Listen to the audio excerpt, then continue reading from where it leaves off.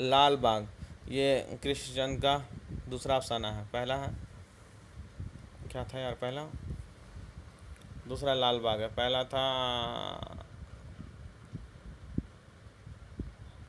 ابھی آپ کو دکھاتے. پہلا کیا تھا؟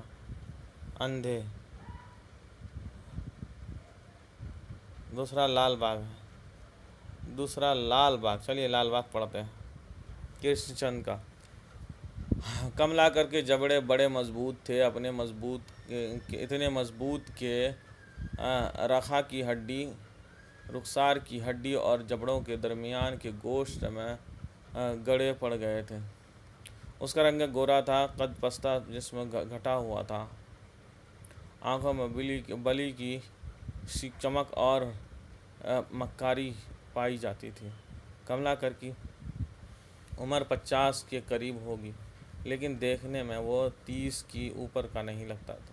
30 سے نہیں، کچھ کم ہی کا معلوم ہوتا تھا. کملا کر کا باغ معلوم ہوتا تھا. کملا کر کا باغ کا معروف دادا تھا. لال باغ کا معروف دادا تھا. بچپن سے اس نے جیب کترنے کا فن سیکھا تھا. 2-4 بار وہ جیل جا کر وہ ممبئی کے سب سے بڑے صنعت کار کا ایک معزز رکن بن گیا تھا. یوں تو ممبئی میں ایک کاروباری شہر ہے، صنعتی مرکزی ہے. یہاں ملیں، فیکٹریاں، تجارتی گودام سب کچھ موجود ہیں. لیکن لوہا کا کائن اور تیل کا کاغذ اور اناج کے کھولے بیوپاری سے بڑھ کر بھی صنعتیں یہاں کمال کو پہنچی ہوئی ہیں. اور جرائم پیشہ لوگوں کا کاروبار ہے کہ اس میں کروڑوں روپیوں کا لین دین ہوتا ہے. اور مربع رحل سے لے کر نیوپور کے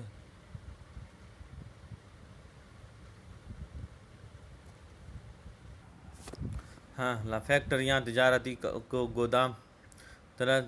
گودام. ممبئی میں ایک کاروباری شہر ہے، صنعتی مرکزی. یہاں ملیں گے، فیکٹریاں، تجارتی گودام سب کچھ موجود ہیں. لیکن لوہا کائن،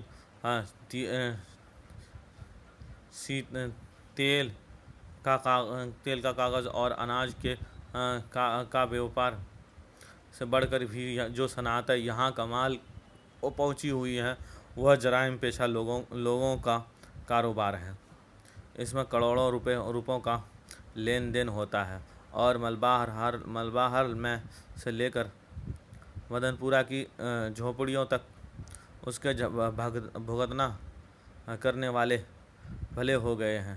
کملا کر اس سفر صنعت کا ایک فرد تھا اور لال باغ میں دادا گیری کرتا تھا.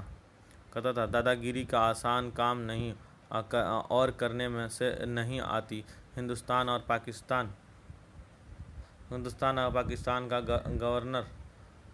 گورنر جنرل بننا آسان ہے، لیکن لال باغ کا دادا بننا آسان نہیں.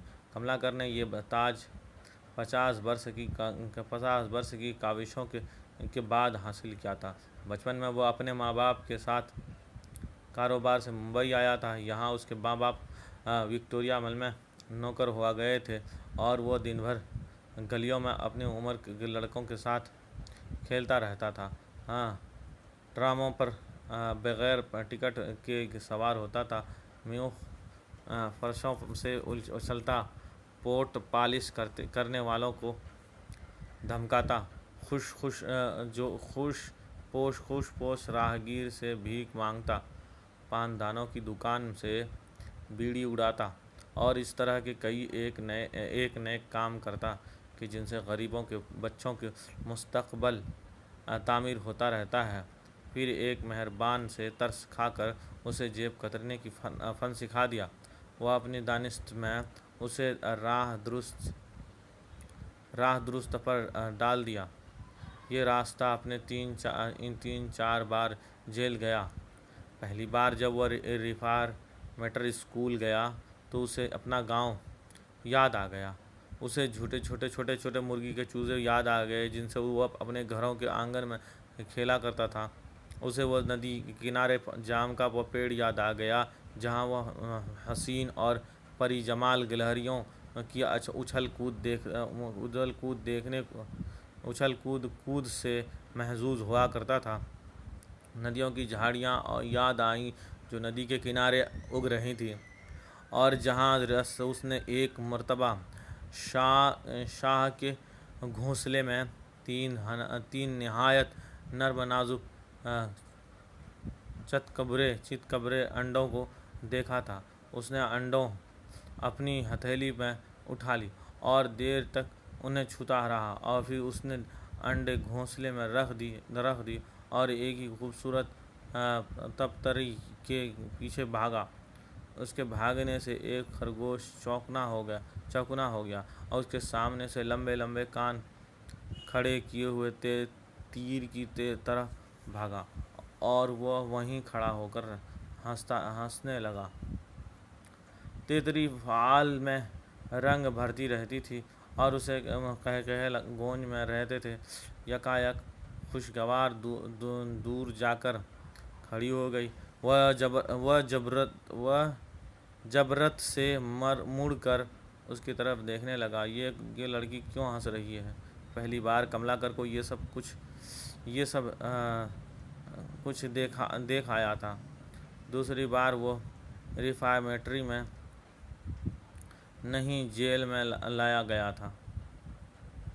اب اسے ممبئی کی گلیاں یاد آ گئیں، ممبئی کی بازار اور مونسون کی بارش، جب گرم گرم ابلی ہوئی نمکین مونگ پھلیاں چائے کے ساتھ کھانے میں مزہ آتا ہے، اور اس کے بعد 5 شیر والی بیڑی۔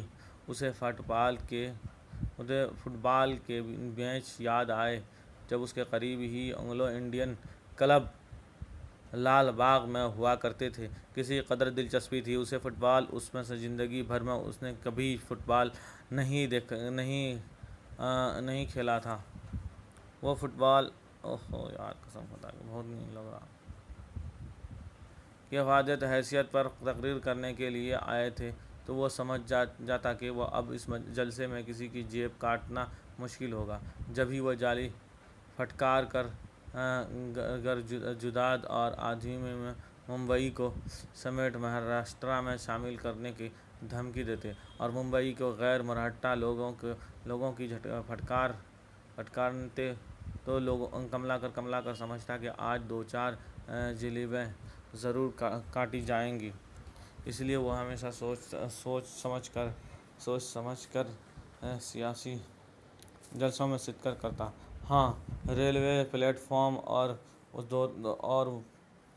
فارم پر اور ضرور جاتا۔ ہر روز دن میں 2-3 بار، بالخصوص شام کے وقت جب وہ لوگ گھر کو لوٹتے، اسی جلدی گھبراہٹ میں، بے چینی میں اور اوڑھتا پڑتا دوڑ کر گھر پہنچنے کی خواہش میں حواس مجمع میں ہوتی ہے۔ اسے اپنا کام کرنے کا موقع مل جاتا ہے، لیکن اب وہ پیشے سے کچھ بدل ہو چکا، جس سے اسے دوبارہ جیل کی ہوا کھانی تھی۔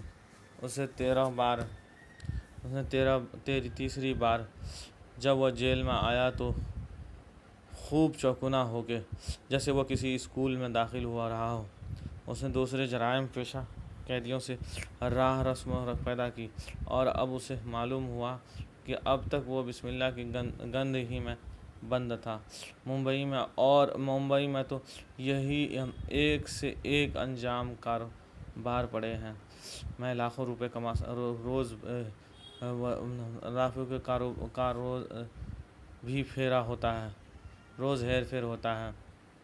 جب قطر نہ بھی کوئی کام ہے، نہ کوئی کاروبار ہے۔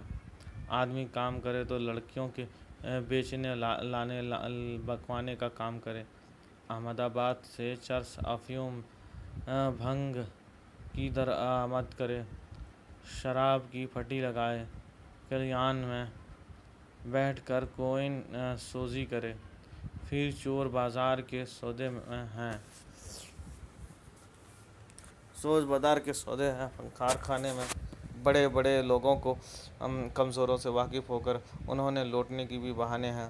میاں یہ حبیبہ کرتا بھی کوئی کام ہے؟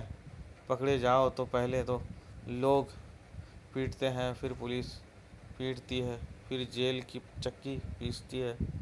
تیسری بار تو کملاکر نے عہد کر لیا تھا کہ وہ جیب کتنے کا دھندا چھوڑ دے گا۔ تیسری بار جیل جانے کے بعد اس نے افیون اور چرس کی درآمد کا دھندا کیا، اور اس سے پولیس کو اور دوسرے لوگوں کو اتنا فائدہ ہوا کہ اس نے لال باغ کے 2-4رشید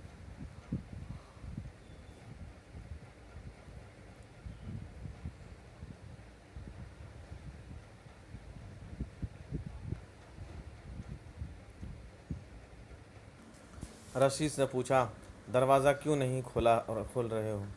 اوہ سوری۔ لڑکیوں کو ناز گردن میں شہرگ پر زخم تھا، اور اس کے ماتھے پر کشمیر کی صبح رو رہی تھی، اور اس کے ہونٹ پر سالا کون سا ہے بے؟